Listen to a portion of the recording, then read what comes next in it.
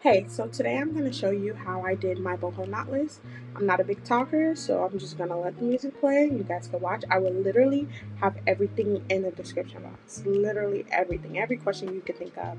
So I just want you to enjoy the video.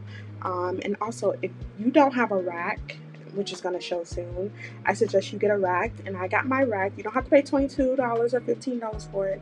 I got mine for $9, the hair rack, which is this rack here, for $9 at Walmart. So I will also have that link below. Thanks for watching my video, and I hope you learned something today.